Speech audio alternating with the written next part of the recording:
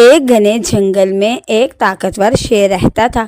جنگل کے سب جانور اس سے ڈرتے تھے اور اس کی آواز سنتے ہی دوسری طرف بھاگ جاتے تھے۔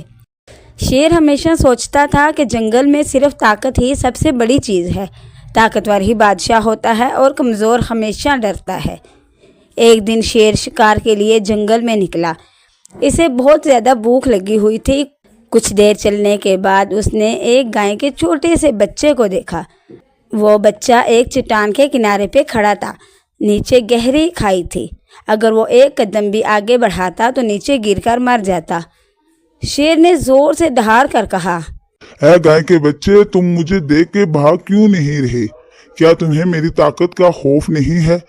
گائے کے بچے نے پرسکون لہجے میں جواب دیا، شیر بادشاہ، میں بھاگنا چاہتا ہوں، مگر میں اگر بھاگا تو کھائی میں گر کر مر جاؤں گا، اور اگر یہاں کھڑا رہا تو شاید آپ مجھے کھا جائیں۔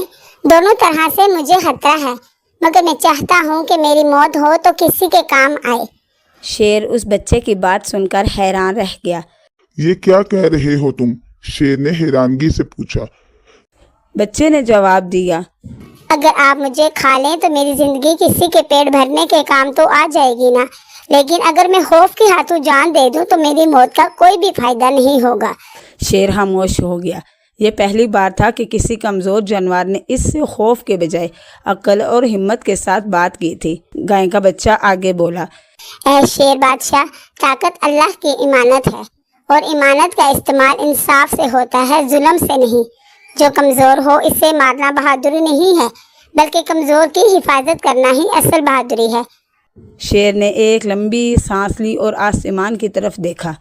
اس کے دل میں نرمی پیدا ہونے لگی۔ اس نے غور سے بچے کو دیکھا اور پیچھے ہٹتے ہوئے کہا، تم نے آج مجھے ایک بہت بڑی بات سکھائی ہے۔ اب میں طاقتور رہ کر بھی ظلم نہیں کروں گا۔ جاؤ، تم آزاد ہو، اپنی زندگی امن اور خوشی سے گزارو۔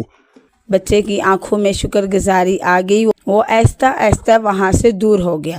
جنگل کے دوسرے جانوروں نے بھی دیکھا کہ شیر پہلے کی طرح ظالم نہیں رہا۔ وہ کمزور جانوروں کا بھی خیال رکھنے لگا۔ جلد ہی جنگل میں سکون اور دوستی کی فضا قائم ہو گئی۔